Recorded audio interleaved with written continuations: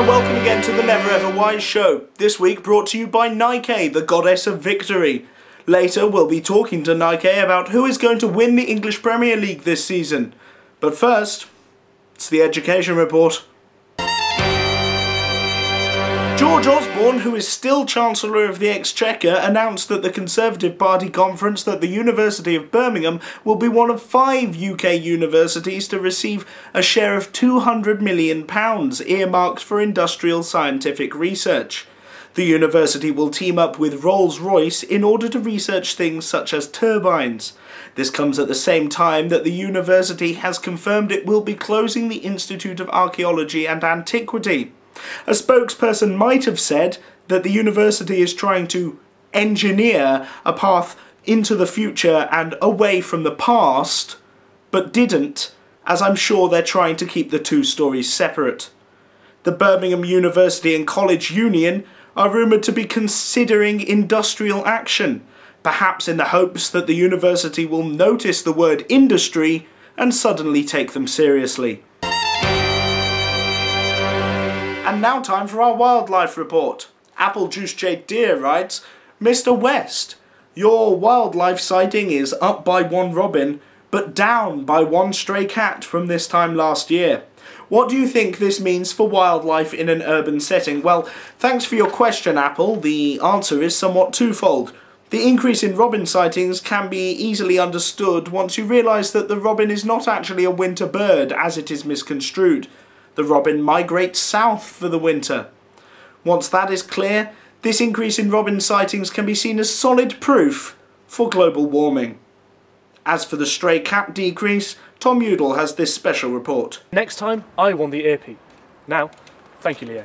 You join me on a road which wishes to remain anonymous in Selly-Oak, an area formerly known as Escaley, and home to the BBC Drama Village, where the supernaturally swollen cat population per capita has forced the rats into the outlying areas, such as Moseley, Harborne, and the administrative buildings of the Aston Webb. Now, our recent survey suggests that there's actually been a fall in cat population this year, so we're here to talk to some residents to try and work out why. I'm a bit concerned about the cat numbers, actually. I've only seen one.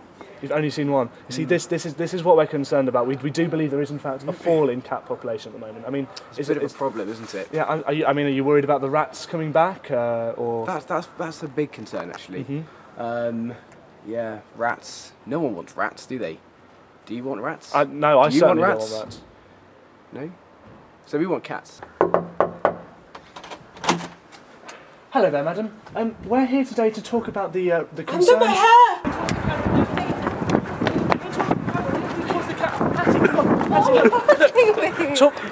What do you think about the recent fall in cat numbers in Selly-Oak? Really bad. I love cats. So I think we should adopt them. Do you have any concerns?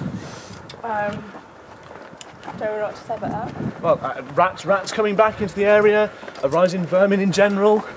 True. I mean, we got a dead cat outside our front door. So do you think that's because of the fall in rat numbers, or? I don't know. You know, could be anything. Although, if there's a musical about cats, I guess that just shows we should embrace them as, you know, the superior animal of the animal kingdom. I mean, a lion, that's just an enlarged cat, isn't it, really? I haven't noticed, I'm going to admit, but now that you've brought up this situation, I'm really concerned. I'm going to go feed my own cat now, so I'm going to go. I've got 101 cats in my house, I just can't see them, so Excuse me, sir, could you ask you some questions for a news show?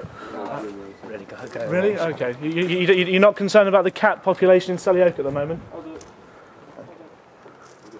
Apparently not.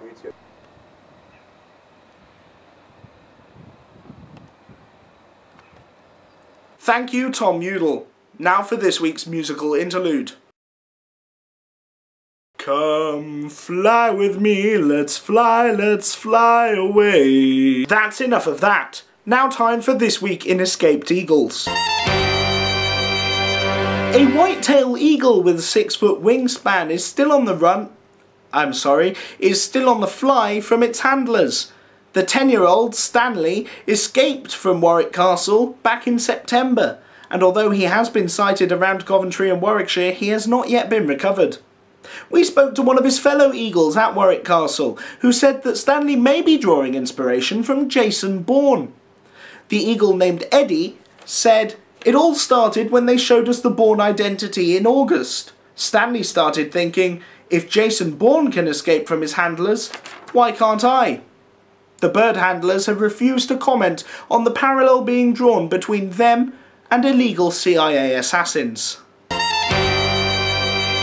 Yesterday in Birmingham, former light welterweight boxing champion Amir Khan and his brother are reported to have fought off 6 men who tried to mug them and steal Mr. Khan's car.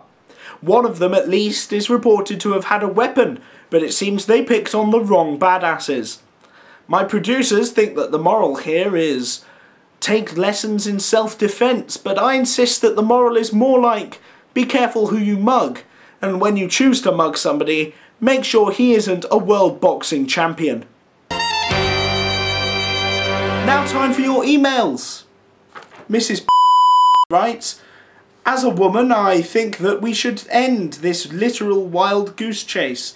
I do sympathise with Stanley, and I truly believe that this eagle's plight is a metaphor for the female body before, after and during the young section of her life.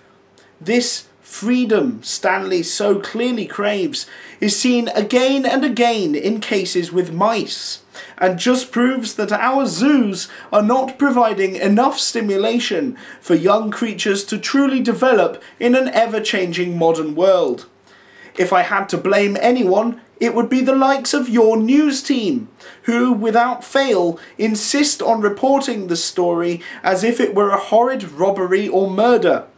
This bird wants, nay needs, to escape, and it is the fascist right-wing media who are preventing Stanley from coming out and saying, yes, I am what I am.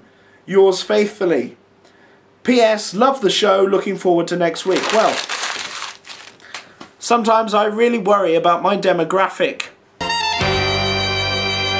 Now it's time for our secret competition.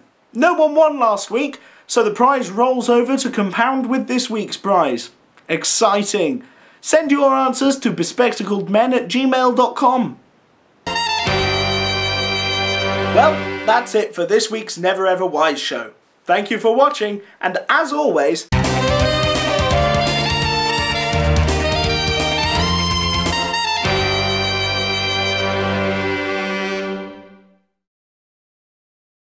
Come on, drive on your merry way.